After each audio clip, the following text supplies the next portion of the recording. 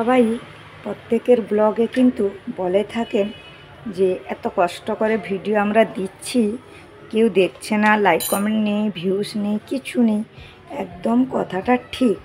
আজকে আমিও বললাম আমার ধীরে ধীরে করে একদম কমে গেল।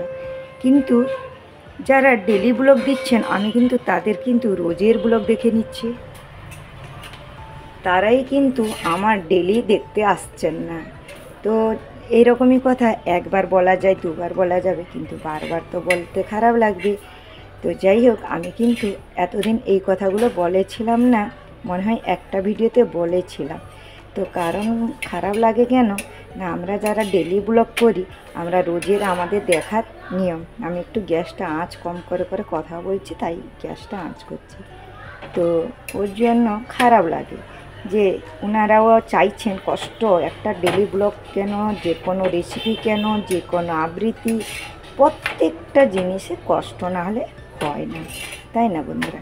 তো যাই হোক, খুবই খারাপ লাগছে যে যাদেরই আমি রোজে দেখে যাচ্ছি নতুন পুরনো করে, তারাই কিন্তু এই সময় মতন দেখতে আসছেন না, কিন্তু বলতে গেলে খারাপ লাগবে। তো যাই হোক বন্ধুরা, রুটিটা দেখুন ঠিক করে হলো না। চলুন, কত আর আমরা বলে কাউকে করা যায়, একদমই না, তাই না? তো যাই হোক, কিছু করার নেই। আমারও এখন আর ব্লগ দিতে ইচ্ছে করে না, যেহেতু এত কষ্ট করে, আর আমারও ইচ্ছে করে না। এখন পিউকে স্কুলে নিয়ে যাব, তাড়াতাড়ি করছি, যেহেতু এক্সাম আছে, অনেক কাজ রয়েছে, এসে সব করবো। আজকে শুক্রবার, মা সন্তোষী মায়ের পুজোও করবো। আমি আসার সময় ফুল নিয়ে আসবো। পিউ কিন্তু নিজে নিজে রেডি, অনেকটা রেডি হয়ে গেছে সে পিউ। তারপরে এসে আবার 5টার সময় টিউশন আছে।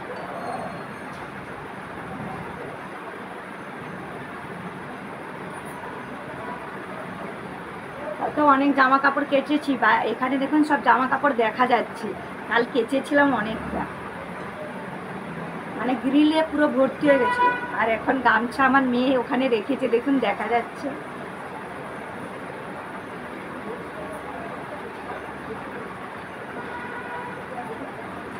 কেউ কিছু মনে ভাববেন না, বাচ্চা করে দিয়েছি, আমি আসি সব। যাই হোক, আমাদের মনটাই বড় হওয়া দরকার সংসারের প্রতি।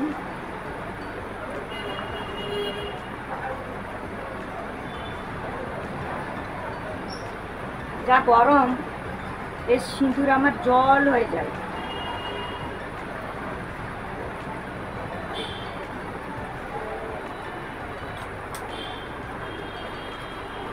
আমার চুল এত পাতলা, তাই কিছু স্টাইল করে বাঁধতে পারি।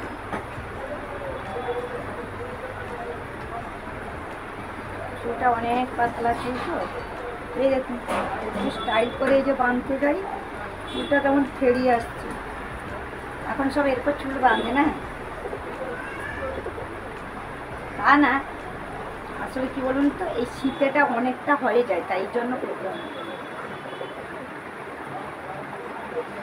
যাই, এখন পুরো রেডি হয়ে যাব, পিউকে নিয়ে যাব। এখানে স্টিকার চিপকানো হয়েছিল, এই দেখুন উঠে গেছে।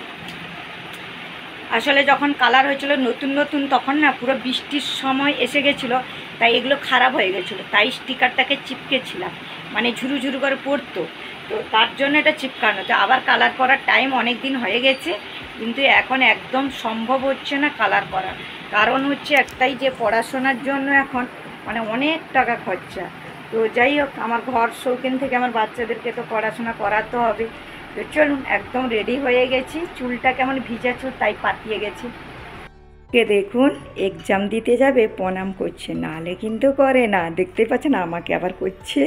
ওখানে বুকগুলো কেমন ফেলেছে দেখুন। ব্যাগটা তো নিয়ে যাব। আর পিউ খাওয়া হয়ে গেছে, ডাইনিং টেবিলটা পড়ে আছে, তুলে দেবো। তো পিউ একদম রেডি, বেশি কিছু তো নেবে না, যেহেতু আজকে এক্সামের আছে, তো তার জন্য। আর এখানে বুক থাক, আমি এসে তুলে নেব। আজকে পিউ পরীক্ষা দিতে যাচ্ছে।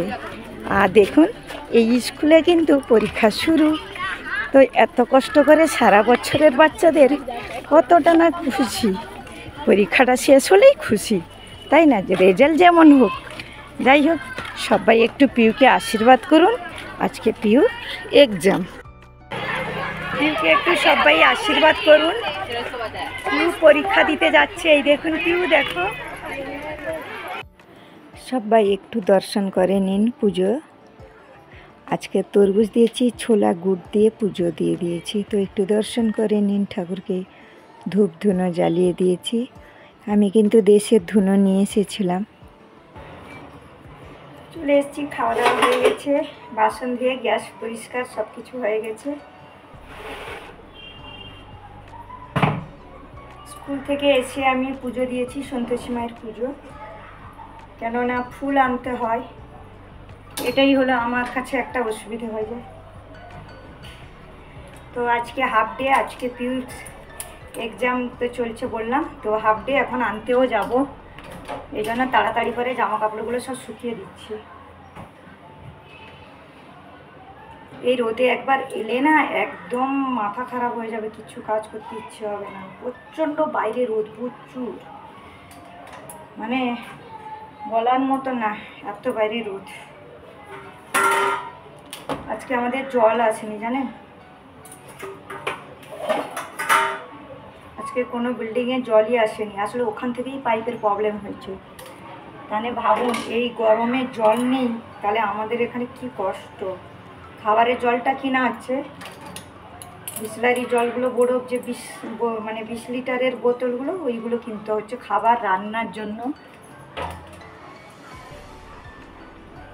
যাই হোক, এই গরমে জল না থাকা আর মাথা খারাপ হয়ে যাবে, যা রোদ হয়েছে প্রচণ্ড পরিমাণ।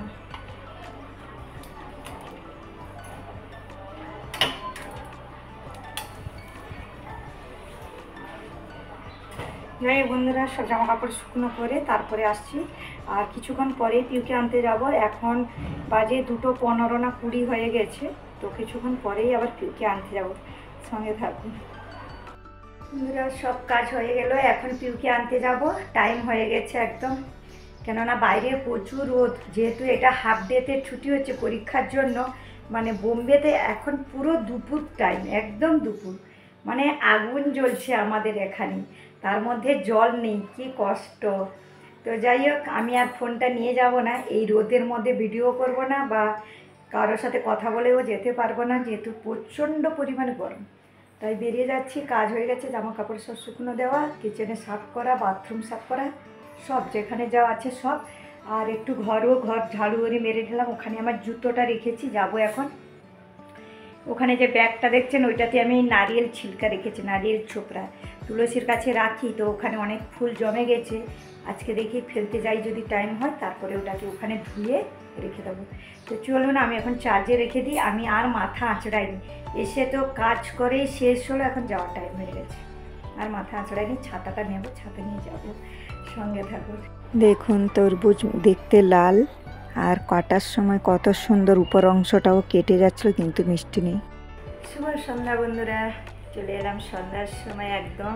পিউ টিউশন গেছে 5টার সময়, এখন 6:30 বেজে গেছে, 6:30 পেরিয়ে গেছে, কিন্তু আমাদের এখানে সন্ধ্যা হয়নি, সন্ধ্যা দেওয়ার টাইম। তো একটু বাজারে যাব, যেহেতু দুধ নেই। আর কি দেখি, আজকেও নিরামিষ, শুক্রবার, কী যে রান্না করব সবসময় ভালো লাগে না, একদম জল নেই, মানে এতটুকু জল আছে কি বলবো। তো কি রান্না করব ওটার থেকে চিন্তা, জলের চিন্তা। আর পিউ এখনও টিউশন আসেনি, তো কি জানে, এখন মনে হয় 6:30 সময় আসতেও পারে, ফোন করবে। তো আমি এখন বাজারে যাব। আর পিউকে যে নিয়ে এসেছিলাম তখন দুপুরবেলা না এত পরিমাণ রোদ, মানে ছাতা ফেটে পুরো আগুনের মতন বাইরে রোদ, মানে বলা যাবে না যা গরম। তো যাই হোক, এসে তারপরে হাত পা ধুয়ে আমি একটু শুয়ে গেছিলাম, কেননা তার দিদি এসে গেছে, মানে ঘরে আছে, বড় গেছিলো কলেজে, চলে এসেছিলো। তো আমি ভাবলাম যদি ও একা যাবে তো যাবে, নাহলে ওর দিদি ছেড়ে দিয়ে আসবে। তো ওর দিদি নিয়ে ছেড়ে দিয়ে এসেছে পিউকে, 5টার সময় ছিল।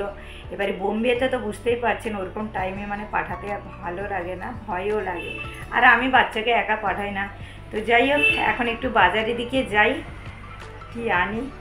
রান্নার জলের চিন্তা, আবার 8টার সময় জল যদি দেয় তাহলে ভালো কথা। আসলে মেন ইয়েতে পাইপের কিছু প্রবলেম হয়েছে, পাইপ ফেটে গেছে না কি জানি না। যাই হোক, আমার ভিডিওটা এই মাত্র আপলোড করলাম। আর তরমুজ খাওয়া হচ্ছিল। তরমুজের দেখতে লাল, সেইভাবে তো অতটা মিষ্টি নেই, খেতে মন নেই। আমার একটু তরমুজ খেতে ভালো লাগে, তবুও মানে এত মিষ্টি কম যে তা না, খাওয়া যাবে না, কিন্তু খাওয়া যাবে মানে ততটা, যতটা যে একটা মিষ্টি হয় না ততটা না। মোবাইলে একটু কম দেখা যাচ্ছে, নাহলে তার থেকে বেশি লাল, মোবাইলে একটু কম লাগছে।